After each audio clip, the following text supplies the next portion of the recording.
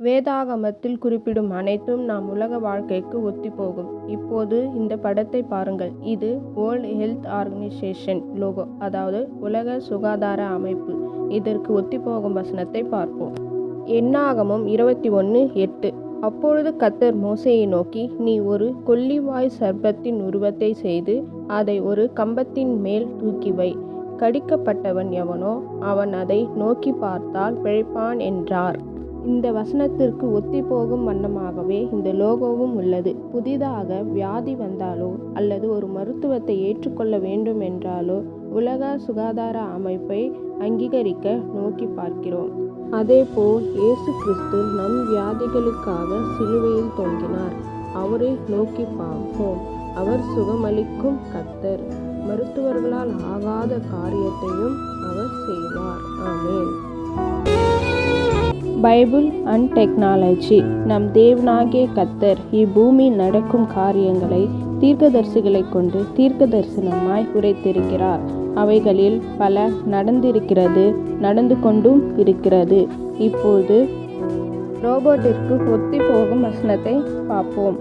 யோவேல் 2:7. அவைகள் பராக்கிரமசாலிகளைப் போல ஓடும், யுத்த வீரரைப் போல மதிலேறும், வரிசைகள் பிசகாமல் ஒவ்வொன்றும் தன் அணியிலே செல்லும், ஒன்றை ஒன்று நெருக்காது, ஒவ்வொன்றும் தன் பாதையிலே செல்லும். அவைகள் ஆயுதங்களுக்குள் விழுந்தாலும் காயப்படாமல் போகும். அவைகள் பட்டணம் எங்கும் செல்லும், மதிலின் மேல் ஓடும், வீடுகளின் மேல் ஏறும், பலகனி வழியாய் திருடனைப் போல உள்ளே நுழையும். ஆண்டவராகிய இயேசு கிறிஸ்து சீக்கிரமாய் வரப்போகிறார் என்பதை குறிக்கும் தீர்க்க தரிசனம் அனைத்தும் நிறைவேறிக் கொண்டே இருக்கிறது. ஆமாம். Bible and technology. இப்பொழுது இருக்கும் டெக்னாலஜிக்கும் நம் வேதத்திற்கும் தொடர்பு உள்ளது. அதிக டெக்னாலஜி வேதத்துடன் ஒத்திப்போகும். இதில் 108 ஆம்புலன்ஸ் பற்றி பார்ப்போம். 108ற்கு அழைப்பு கொடுத்தால் இலவச மருத்துவ அவசர ஊர்தி மருத்துவத்திற்கு அழைத்து செல்ல வரும். இப்பொழுது மத்தேயு 10:8 படிப்போம்.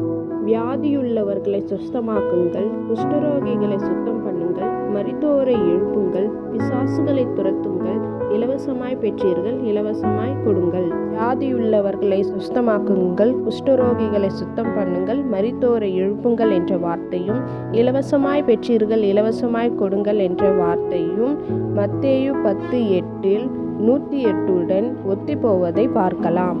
உன்னிலிருந்து வியாதியை விலக்குவேன் என்று சொன்ன தேவன் இப்போதும் நம்மோடு கூட இருக்கிறார். ஆமேன். Bible and technology.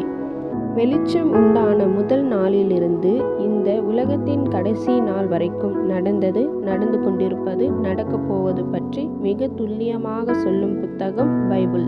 இப்போது நாம் பயன்படுத்தி கொண்டிருக்கும் வாகனங்களுக்கு ஒத்திப்போகும் வசனத்தை பார்ப்போம். நாகூம் 2:4. ரதங்கள் தெருக்களில் கடகடவென்றோடி, வீதிகளில் இடசாரி வலசாரி வரும். அவைகள் தீவெட்டிகளைப் போல விளங்கி, மின்னல்களைப் போல வேகமாய் பறக்கும்.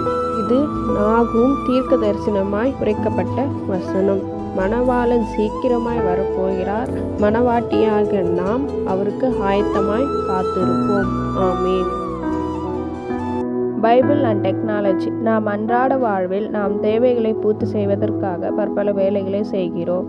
அது நம் அடையாளமாகவும் உள்ளது. ஆனால் ஆதாம் காலத்தில் இருந்தே வேலைகள் செய்யப்பட்டு கொண்டிருக்கிறது. ஆதியாகமம் 4:17.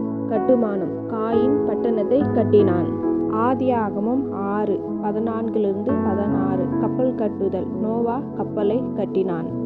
ஆதியாகமம் 4:22. லாமேக்கு மகன் பித்தளை மற்றும் இரும்பு வேலைகளை செய்தான். சங்கீதம் 150. இசைக்கருவிகள். தாவீது இசைக்கருவி வாசிப்பவனாயிருந்தான். ஆதியாகமம் 3:24. ஆயுதம். தேவன் ஆயுதத்தை செய்தார்.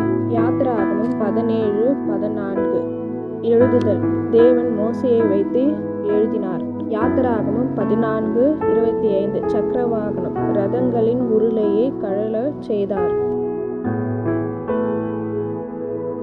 Bible and technology. கணினி அன்றாட வாழ்வில் தேவைப்படுகிறது. கணினி பாகங்களுடன் கிறிஸ்துவத்தை ஒப்பிட்டு பார்ப்போம். பவர் சப்ளை பிதா, ப்ராசஸர் இயேசு, மதர்போர்டு பரிசுத்த ஆவி, ரேம் சபை, ஹார்ட் டிஸ்க் மனிதன், கீபோர்டு சுவிசேஷம், மவுஸ் வேதாகமம், ஆப்ரேட்டிங் சிஸ்டம், ஆத்துமா, சாப்ட்வேர், பிரசங்கங்கள், வைரஸ், சாத்தான், ஸ்கேனர், இயேசுவின் பிரதிபலிப்பு, மானிடர், சமூகம், ஸ்பீக்கர், ஊழியம். கணினி எப்படி அன்றாட